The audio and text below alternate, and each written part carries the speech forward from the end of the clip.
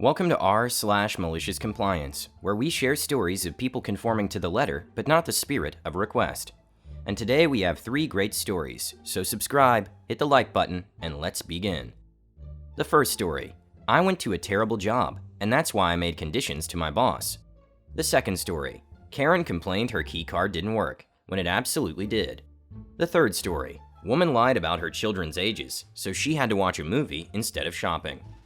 The first story is follow-up to my insurance company, Malicious Compliance.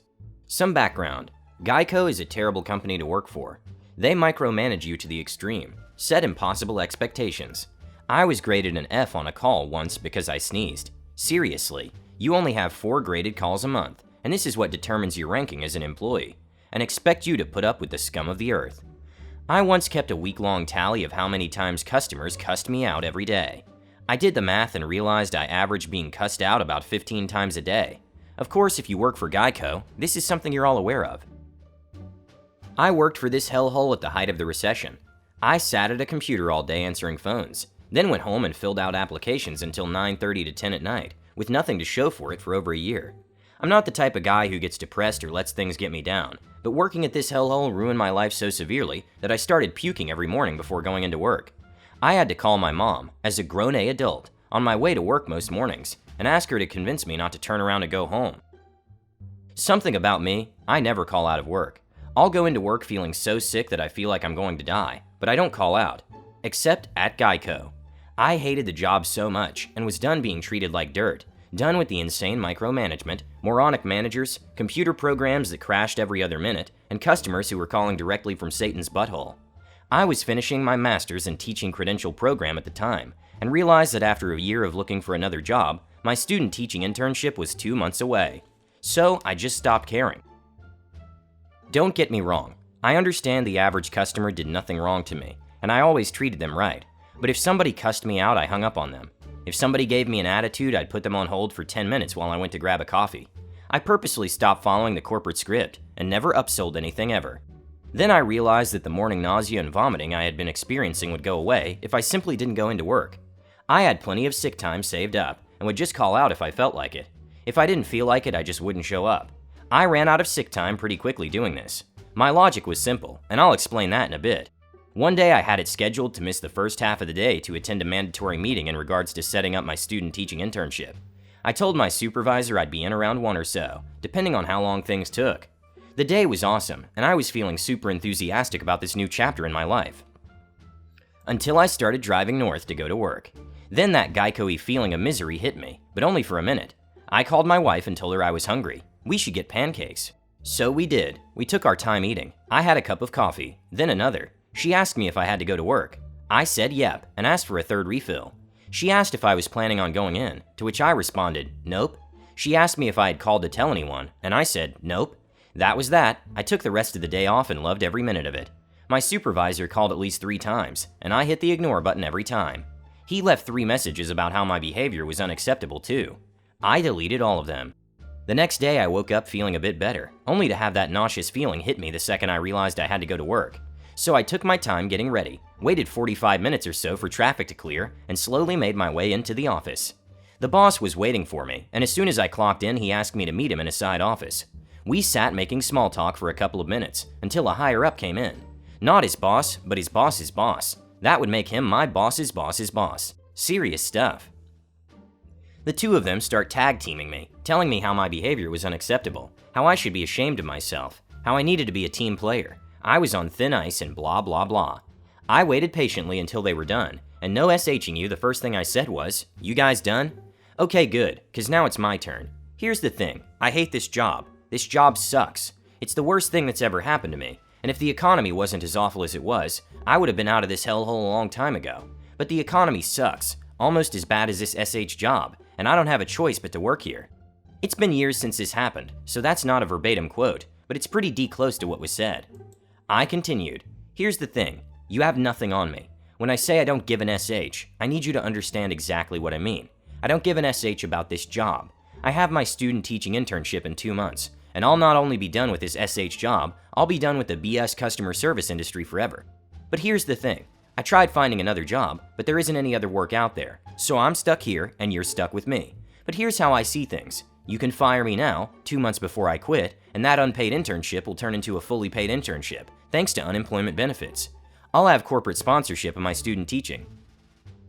If you don't fire me, I'll tell you what's going to happen. I don't give an SH about this job. I hate it, and I'm not going to follow your BS micromanagement. Use your garbage corporate script or upsell anything. If I don't feel like coming into work, I won't. If I feel like coming in a little late, I will. I'll still do right by the customers because they didn't do anything wrong. You can trust me on that. I won't screw over innocent policyholders, but this company can go suck a big one.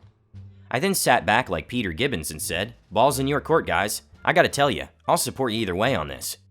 Honest to God, this is exactly how it went down. Just about everything was paraphrased, but more or less accurate to what happened, with the exception of that final line. "I'll support you either way on this." That's a verbatim quote, and line I'll always look back on with pride. My boss and my boss's boss's boss just looked at each other and had absolutely no idea what to say.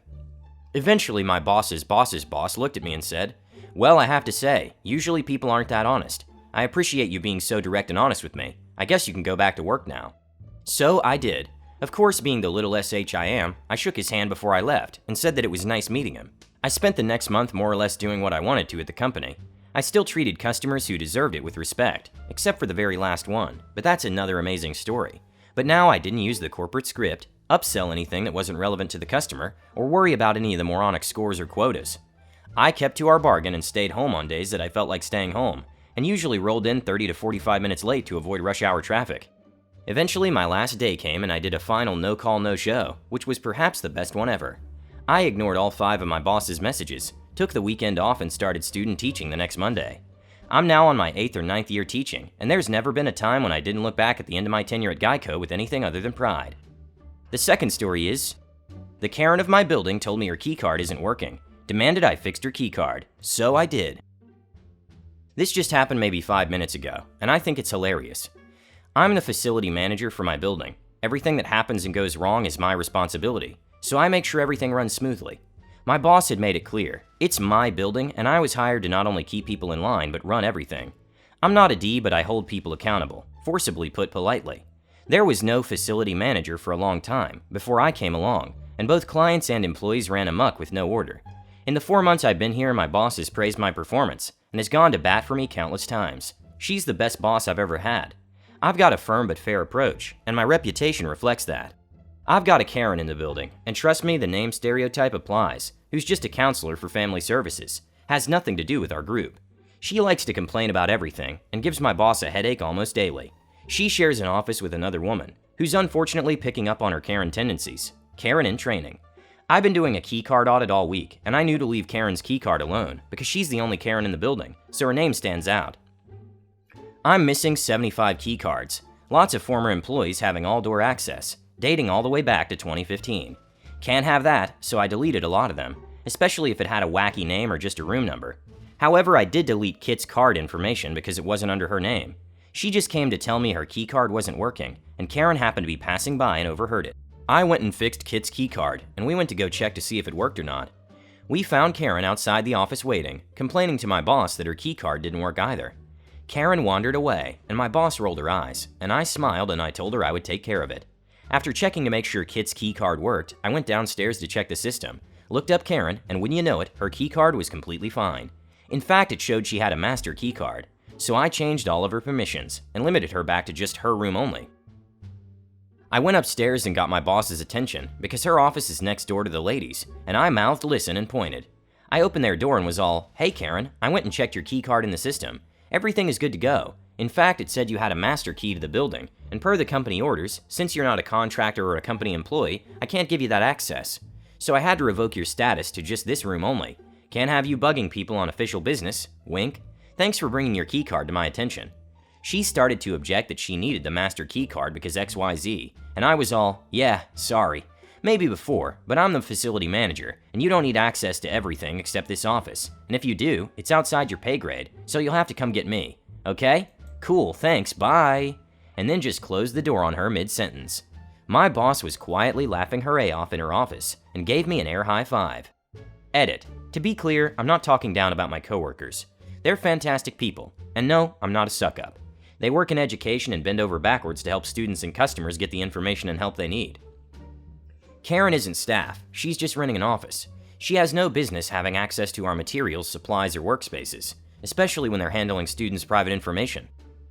The last story is, you say your kids are 13? Okay. So this happened about 10 years ago, when I worked at the box office of a movie theater, before automated machines were the norm.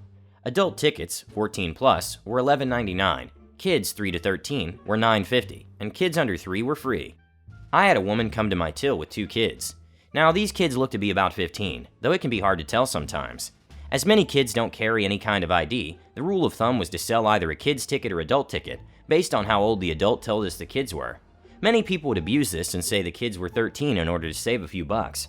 Typically I didn't care, as I understood the prices were pretty high, and this was a big chain, so a few older kids getting cheaper tickets wasn't a big deal. What was different this time is that the woman was very rude throughout the whole transaction. We have a series of questions we have to ask throughout the transaction, loyalty program, etc., and we would randomly get scored by mystery shoppers to ensure we were following the script. This woman was annoyed and short with me throughout the whole transaction, when I was being super friendly and just trying to do my job. When we got to the part about what kind of ticket she needed, it went something like this.